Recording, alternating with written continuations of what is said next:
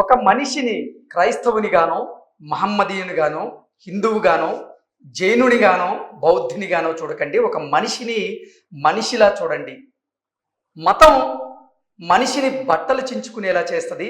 మతం వల్లే ప్రభువు అయినటువంటి యేసుక్రీస్తు వారు మరణించారు అంటూ ప్రవీణ్ పగడాల గారు చేసినటువంటి కొన్ని వ్యాఖ్యలు ఇప్పుడు సోషల్ మీడియా వేదికగా చక్కర్లు కొడుతూ ఉన్నాయి. అలాగే ప్రసాదం మీద ఇప్పుడు ప్రవీణ్ పగడాల గారు చేసినటువంటి వ్యాఖ్యలు కూడా సోషల్ మీడియాలో చక్కర్లు కొడుతున్న నేపథ్యంలో అసలు ప్రసాదం మీద ప్రవీణ్ పగడాల గారు ఎటువంటి వ్యాఖ్యలు చేశారనేది మనం పూర్తి స్థాయిలో విశ్లేషణ చేసుకుందాం. ప్రస్తుతం మనతో పాటు ఉన్నారు ప్రముఖ రాజకీయ విశ్లేషకులు, ప్రముఖ సీనియర్ జర్నలిస్ట్ జగదేవ్ గారు. వారితో మాట్లాడు.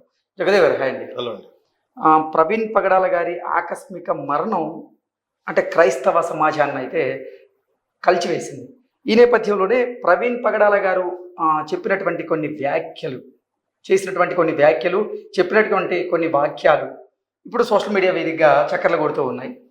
ఆయన మతాన్ని ఉద్దేశించి ఈ మధ్యకాలంలో కొన్ని వ్యాఖ్యలు చేయడం జరిగింది. ఆ వీడియో కూడా ఇప్పుడు సోషల్ మీడియాలో చక్కర్లు కొడుతుంది. అలాగే ప్రసాదానికి సంబంధించినటువంటి వీడియో కూడా ఇప్పుడు సోషల్ మీడియాలో చక్కర్లు కొడుతుంది. ప్రసాదం మీద ఆయన కొన్ని వ్యాఖ్యలు చేయడం జరిగింది. ఆ వ్యాఖ్యలను ఎలా చూడాలి? ఇప్పుడు ఈయననే కాదు, క్రైస్తవ మత బోధకులు ఎవరు కూడా, అంటే ఎవరి మతం వాళ్ళు గొప్పదే కాదనట్లేదు. బట్ వీళ్ళు ఎలా ఉంటుందంటే, నేను చాలా సందర్భాల్లో వీళ్ళు బోధనలు చూశాను. మన మతమే గొప్పది, మిగతా మతాలు గొప్పవో కాదో తెలియదు కానీ మిగతా మతాల జోలికి వెళ్ళొద్దు, మిగతా వాళ్ళు ఇచ్చిన ప్రసాదాలు తినొద్దు, మిగతా వాళ్ళు ఆ ప్రసాద కార్యక్రమం పేరుతో మిమ్మల్ని పేరంటానికి పిలిచినా, మిమ్మల్ని భోజనానికి పిలిచినా వెళ్ళొద్దు అనేలాగా చెప్తారు. అందులో ఈయన కూడా అతిథులేం కాదు. సో ఇతను మరణానంతరం ఇవన్నీ కూడా బయటకు వస్తున్నాయి. ఇంతకు ముందు అయితే నాకు ప్రవీణ్ పగడాల గారు అంతగా తెలియదంటే నేనేమనుకున్నా అంటే, నిజంగా మనకు అంతగా తెలియలేదంటే ఇతను పూర్తిగా వైరల్ అయ్యే వ్యాఖ్యలు కానీ మరి విద్వేషాలు రెచ్చగొట్టే వ్యాఖ్యలు ఏం చేయలేదేమో అని అనుకున్నాను. కానీ ఇప్పుడు ఆయన మరణానంతరం ఏదైతే క్రైస్తవ సంఘాలు ఆయన మరణం హత్య అది సాధారణ మరణం కాదు అని ఇష్యూస్ నడుస్తుందో, సరే ఆయన గొప్పవాడు అని అనుకున్నాను. కాకపోతే ఇప్పుడు వైరల్ అవుతున్న అంశాలు ఆయన చాలా పద్ధతిగా జాగ్రత్తగా మాట్లాడుతున్నారు. కానీ హిందువుల ప్రసాదాలు అవి తీసుకోవద్దు, శివాలయాలకు వెళ్ళి అక్కడ మన జీసస్ కి ప్రార్థన చేస్తే వాళ్ళని అవమానించినట్టు అవుతుంది కాబట్టి వెళ్ళొద్దు అంటే దీన్ని ఒక పాజిటివ్ వేలో చెప్పారు ఆయన. అంటే వేరే దానికి వెళ్ళొద్దు అని. నిజంగా పరమత సహనం ఉంటే గనుక తీసుకోండి, తీసుకున్నంత మాత్రాన స్వీకరిస్తే తప్పేముంది? ఇప్పుడు ప్రసాదాలు స్వీకరిస్తే తప్పు అన్నప్పుడు మరి రక్త మాంసాలతో నిండిన ఈ శరీరాన్ని ఆ మతంలోకి తీసుకెళ్లిపోవచ్చా? వేరే మతాల శరీరాన్ని ఆ మతంలోకి తీసుకెళ్లిపోవచ్చా? ఇంకొకటి, మతం గురించి కూడా ప్రవీణ్ పగడాల గారు చేసినటువంటి కొన్ని వ్యాఖ్యలు ఇప్పుడు సోషల్ మీడియాలో చక్కర్లు కొడుతున్నాయి. అదేంటంటే, ఒక మనిషిని క్రైస్తవునిగానో, మహమ్మదీయునిగానో, హిందువుగానో, జైనునిగానో, బౌద్ధునిగానో చూడకండి. ఒక మనిషిని మనిషిలా చూడకండి. ఈ మతం వల్ల మనిషి బట్టలు చించుకునే పరిస్థితి ఉంది. ఈ మతం వల్లే యేసు ప్రభు వారు మరణించారు అన్నట్లుగా ఆయన వ్యాఖ్యలు చెప్పడం జరిగింది. ఆయన ఆ వ్యాఖ్యల్లో మీరు కంటిన్యూషన్ చెప్తున్నాను. అలా నిజంగా మనిషిని మనిషిలా చూడగలం సాధ్యమా అని అన్నాడు. ఆయనే లాస్ట్ లో క్వశ్చన్ చేశాడు. సాధ్యం కాదు, అది ఆయనకి సాధ్యం కాలేదు, మనకి సాధ్యం కాదు. నిజంగా సాధ్యమైతే మతాలు ఎందుకు, మత బోధనలు ఎందుకు? సాధారణ మనిషిలా ఉండండి, సాధారణ మనిషిలాగే మనిషిని మనిషిలా చూడమని చెప్పండి. అప్పుడు అక్కడ క్రైస్తవ బోధనలు వద్దు, బౌద్ధ బోధనలు వద్దు, సనాతన ధర్మ బోధనలు వద్దు, ముస్లిం బోధనలు వద్దు. మనిషిని మనిషిలాగా చూద్దాం. ఇప్పుడు మనిషిని మనిషిలాగా చూస్తే వాడు చర్చికి వెళ్ళొచ్చు, మసీదుకి వెళ్ళొచ్చు, లేదా గురు సాహెబ్ దాన్ని ఏమంటారు, గురునానక్ గురుద్వారాకు వెళ్ళొచ్చు, లేదంటే దేవాలయం కూడా. నాకు ఇప్పుడు సందేశం ఏంటంటే, ప్రవీణ్ పగడాల గారు కొన్ని వీడియోల్లో ఏమో అసలు మతమే ప్రజల మధ్య చిచ్చు పెడుతుంది అన్నట్లుగా ఆయన మాట్లాడారు. కానీ ఆయన కొన్ని ప్రసంగాల్లో మాత్రం పరమతాలను నిందించేలాగా ఆయన ప్రసంగాలు అయితే ఉన్నాయి. అంటే ముఖ్యంగా మాట్లాడుకోవాలి అంటే సనాతన ధర్మాన్ని కించపరిచేలాగా ఆయన కొన్ని వ్యాఖ్యలు చేశారన్నట్లుగా కొంతమంది నెటిజన్లు అయితే ఆయన మీద మండిపడ్డారు. అంటే రాముల వారి మీద, సీతమ్మ వారి మీద ఆయన చేసినటువంటి కొన్ని వ్యాఖ్యలు, అలాగే మహాభారతం మీద ఆయన చేసినటువంటి కొన్ని వ్యాఖ్యలు, భగవద్గీత మీద ఆయన చేసినటువంటి కొన్ని వ్యాఖ్యల్ని ఇప్పుడు కొంతమంది హిందూ సంఘాల సోదరులు అయితే తప్పుపడుతూ ఉన్నారు. అంటే మతమే మనుషుల మధ్య చిచ్చు పెడుతోంది అని చెప్పినటువంటి ప్రవీణ్ పగడాల గారే పరమతాన్ని దూషించడం ఎంతవరకు కరెక్ట్ అంటూ కూడా ఇప్పుడు ఆ 2 వీడియోలను జత చేసి సోషల్ మీడియాలో చాలా మంది ట్రోల్ చేస్తూ ఉన్నారు. వీటిని ఎలా చూడాలి? అదే ఇప్పుడు ఈయన కూడా మనిషిని మనిషిలా చూడండి, చాలా కష్టం కదా అన్న పైన అది పెట్టి కింద మీరు అన్నట్టు పరమతాన్ని దూషించినట్టుగా వీడియో పెడుతున్నారు. ఇప్పుడు దీన్ని ఎలా చూడాలి? ఇప్పుడు ఆయన ఏమన్నారు? జీసస్ యేసుక్రీస్తుని కూడా చంపింది ఈ మతం వల్లే కదా, ఆయన చనిపోయాడు అన్నారు.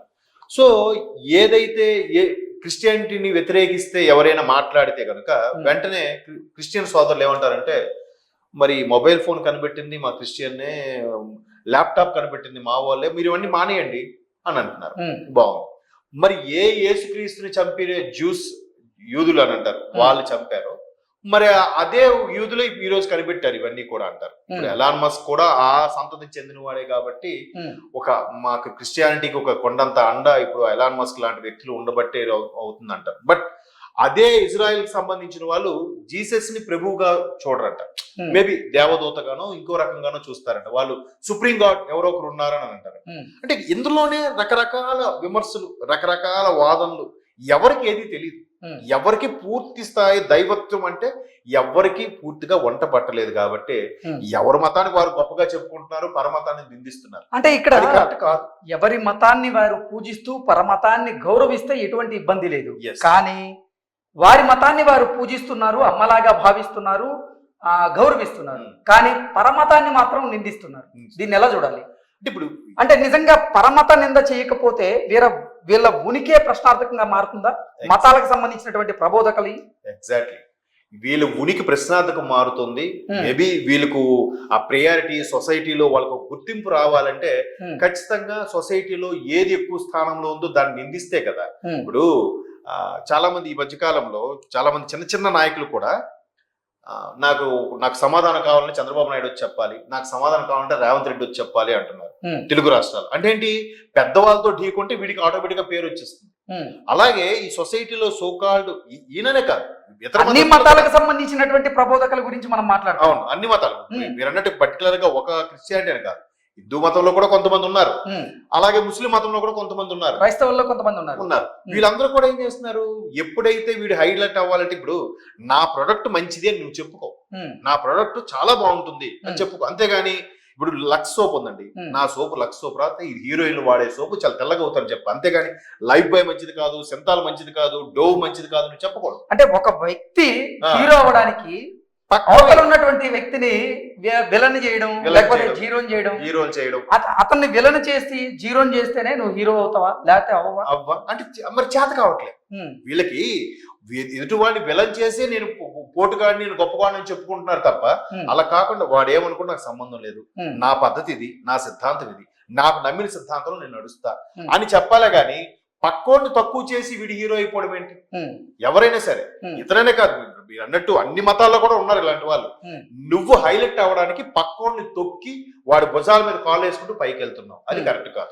అంటే ఇక్కడ యేసుని అల్లాని నిందించడం ఎంత తప్పో అలాగే హిందూ దేవుళ్ళని నిందించడం కూడా అంతే తప్పుగా అది గ్రహించి. ఇప్పుడు ఈయన మీరు చెప్పారు రామాయణం గురించి కొన్ని వ్యాఖ్యలు ట్రోల్స్ అవుతున్నాయి, అలాగే ముస్లిం సంబంధించి కూడా ఒక మాట మాట్లాడాలని కూడా ఒక ట్రోల్ అవుతుంది.